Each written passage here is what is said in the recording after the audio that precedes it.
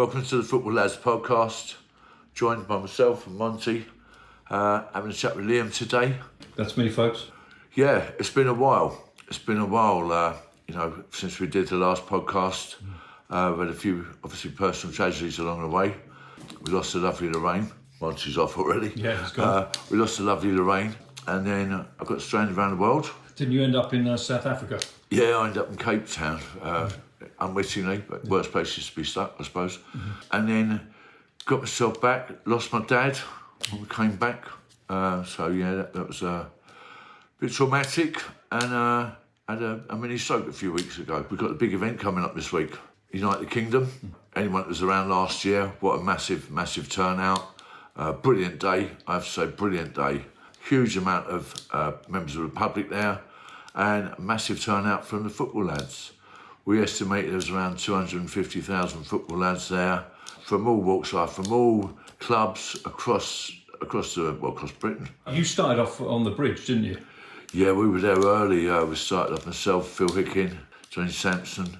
I think about 6 o'clock in the morning there. We had a venue to meet at, and everyone thought it was a bit of a mood eat, but it wasn't. The place got shut down because they had a flood in there. So to start with, that caused a nightmare, but we managed to regroup everyone, and as you said, on the bridge. In fact, I think we're going to show a bit of footage from the day, previously unseen footage. So yes. Take a look at this. I've been here since 8:30. I estimate there's 1 million people are here already. Everyone's going to congregate here at 12:30. How the hell we're going to get anyone into this area, I'll never know, because there's that many people. There's 250,000 football boys, easily, by far the biggest football fan the world's ever seen. And we're going down to meet Tommy. We're going to walk up to Tommy's march. We're going to join the back end of his march. And at the moment we've got, all the lads from Birmingham and that here. We've got so many different people from every town you can think of. I've got lads, where you from? Lads, Halifax. Where you from? Stoke, Northumberland. Just got the feeling everyone needs to be here, and it looks like everyone is here. It is absolutely unbelievable. This is all about free speech, and you need to be out and heard. People talk about 1 million. I am telling you, the world is here. Right, and quite right they should be. And it is absolutely fantastic to see everybody together. No animosity, no nothing. And you know something? The more we keep doing this, the more they will fear us. We got on the bridge at 8 o'clock this morning.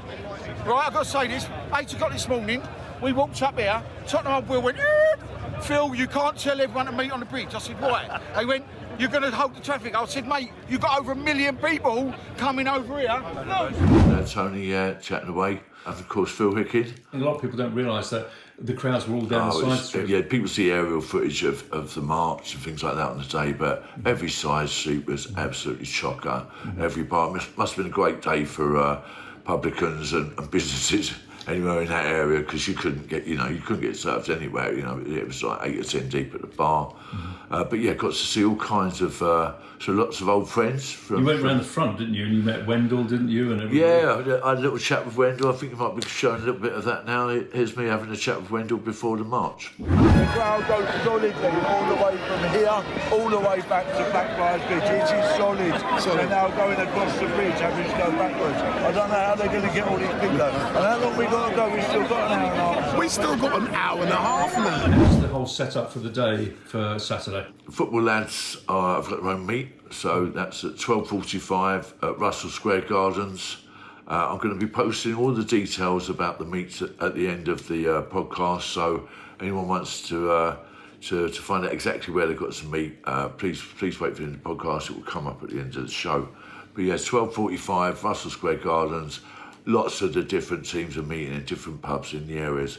I want to give out a bit of information because, as usual, our friends at TFL and Mr. Sadiq Khan are doing their best for people not to get together. So, yeah, with that in mind, they've shut down from 9 a.m, so take notice of this, Chancery Lane, Holborn and Russell Square Station. So yeah, that's going to make it easy for all of us as usual, isn't it? But there you go.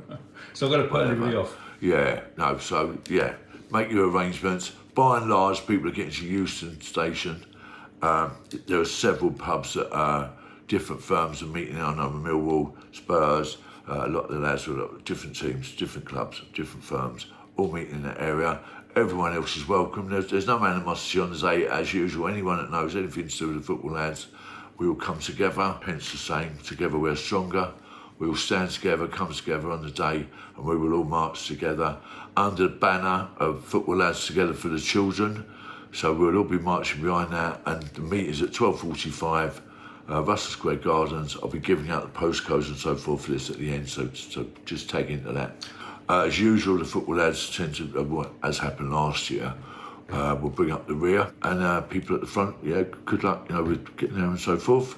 I'm sure it's going to be amazing seeing people coming up Whitehall to see, in the past, we've seen things from, as you're going to see later in the Football Lads film, of what that looks like, when you've got so many tens and tens, hundreds of thousands, maybe millions, coming down Whitehall towards Parliament Square. That should be something to behold. So let's hope everything goes well with that on the day. Yeah, and as I understand it, there's at least 7 speakers now that have not been allowed by. Yeah. We live under a tyrannical regime at the moment, especially Mr. Starmer. It's crazy. The irony is that I actually think that his own party are going to be the ones that depose him, as opposed to the overwhelming majority of people in this country that think he should go. Back to the speakers. Freedom of speech. A little while ago we saw him telling Donald Trump that that there was freedom of speech in this country. Well, this flies in the face of that, doesn't it? So I don't know what will be happening, whether some of those people will be giving their speeches by video link or something like that, but I hope they still get to speak. Yes. Because otherwise that would be wrong. Yeah, absolutely. And what are you thinking about Starmer? Do you think he's going to go? They're going to try and get Andy Burnham in, even though he hasn't got a seat? Well, hasn't got a seat at the moment, watch this space. I wouldn't be at all surprised if a Labour Member of Parliament suddenly became ill or, God forsake, anything else. Watch this space, because, I wouldn't be at all surprised to see them do that and to depose one of their own MPs so that he can come in. Not that he's going to win the seat. Well, what's classed as a safe seat anymore, Liam, where Labour are concerned. What I would say, though, to any of my friends up in Rochdale, Manchester, we've done, as you'll see in the film, we did a lot of events in Rochdale and marches and protests there. And Andy Burnham is complicit in covering up abuse and the grooming gangs in the Manchester area and Rochdale. So who the hell would want him in charge? I don't think he's any better than Starmer. All of their hands are covered in blood, these people, whether it's Sadiq Khan, Starmer, Burnham. They've all got things to hide and should all be ashamed of their previous actions. Absolutely. Do you think he's going to resign? I don't think there's any hope he'll resign. He'll have to be dragged out screaming. I don't think he's going to resign. You're talking about a tyrannical leader. Under some countries, I wouldn't even have a vote. I've always said that to people going forwards. They say, how are they going to get in? It wouldn't surprise me at all if look what's happening with some of the council elections where they were put off. Whoever's done that before? Yeah. So nothing would surprise me. You're dealing with tyranny and you're dealing with treasonous people and treacherous people that do not have an interest at all in what the British people want. It's just about what they want, what their puppet masters want. These people are all puppets, in my opinion. And it was lovely to see the results from the by-elections. Personally, I'd love to see Rupert Lowe coming more to the front, and I hope that within some period of time going forwards that we're going to be able to vote for those the parties you want. But well done to Reform. I think everyone in this country, if you're anything like me, was glad to see Labour losing all those seats. So, yeah. So Phil Hickin's going to be there on the day, and he's also going to be selling the DVD. Well, I believe that Russell Square Gardens, Phil's going to have, there's going to be stalls there that will be selling merchandise things on the day. So look out for that. And they will have the DVD of Football Lads Together for the Children. For those of you who haven't seen this already, this is out now. Bit of self-promotion there for once, don't normally do this. So we've got that there. You can go online and you look for Lavenham Films, limited.com, and you can download the film. We'll put a link. 9 years in the making. And we had a little screening for the film a few months ago prior to a few things going wrong. And we were joined by eminent members of the Patriot community, and amongst them, a certain Stephen Yaxley then. I'll just say, watching the lads done successfully what probably the EDL wanted to do it in the early years, but wasn't successful in doing. But I think at every event, the lads, which we've thanked every single time, is the football lads, and the idea is, I see football clubs, and I see even in Europe now, and I see all their groups come into this country, and I see all the men and the passion, and I think, where's the passion for the country? And I've always thought that. How are the lads not all coming together for the country, but they want to come and knock shit out of each other on a Saturday? I just don't, and I fell out. You used to be one. I used to be, but then I fell out. But once I started this, I fell out of love with the football, because I thought, I don't want to turn up and fight the lads on a Saturday. We've got bigger problems to fight. They're following you now, mate. So yeah, Behind you now. yeah, no, it's been great. I enjoyed watching it. It's great. I knew it was a long time coming as well. 9 years later, 10 years later, you are still here. So you've passed the test of time, which many don't. Many don't. Even when I was shouting, yeah, he's gone. Shit got tough. He went. So yeah, fair play. That's respect. I know go on behind that. So knowing the gentleman and the story, that is never going to show all the ups and downs of travelling to those towns and cities, the problems going on at home, families, arrests, police, slander, smearing. Tommy, I hope you enjoyed the film. No, it's good, it's great, man. Thank you very much. I enjoyed it, mate. Thanks. It was a long time in the making, wasn't it, Justin? And you've been there right from the start. 9 years, best part of a decade. Documents us going to Rochdale, Telford, Birmingham, Manchester, Sunderland, places all over the country.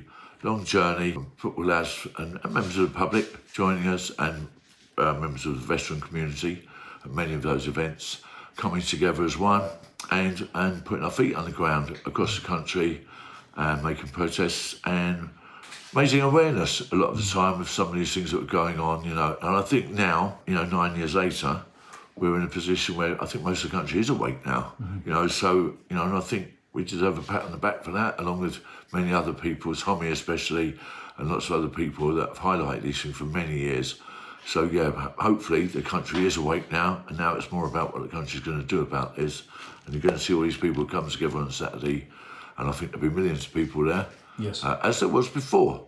We watched all this stuff before, the government now trying to claim there was, it was 8,000 people or whatever, stupid numbers they come out with. Well, the footage of that flies in the face of anything that they've said about it. There were huge, huge numbers there, as we saw on the day.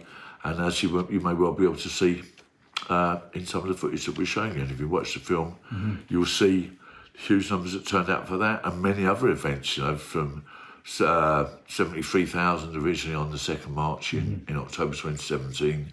Like we say in the film, I believe personally that had a massive, massive influence on what happened in terms of strategy and policy of the Islamic extremists, and they changed their strategy at that time of a mainland bombing campaign into what I would call a Trojan horse policy, which they now do, trying to flood the country with all of these undocumented illegal migrants. And it was so difficult to actually get a screening for this, wasn't there?